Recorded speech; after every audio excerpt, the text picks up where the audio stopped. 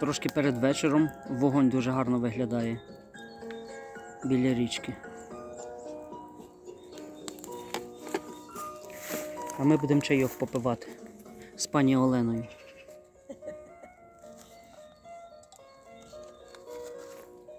А друга пані тут лежить, відпочивають собі.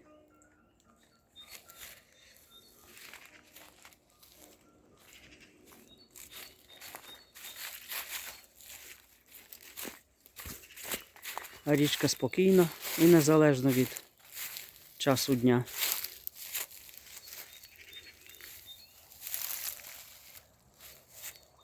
Спокійно, тихо, пташки співають. Супер. Природа заспокоює, додає сил.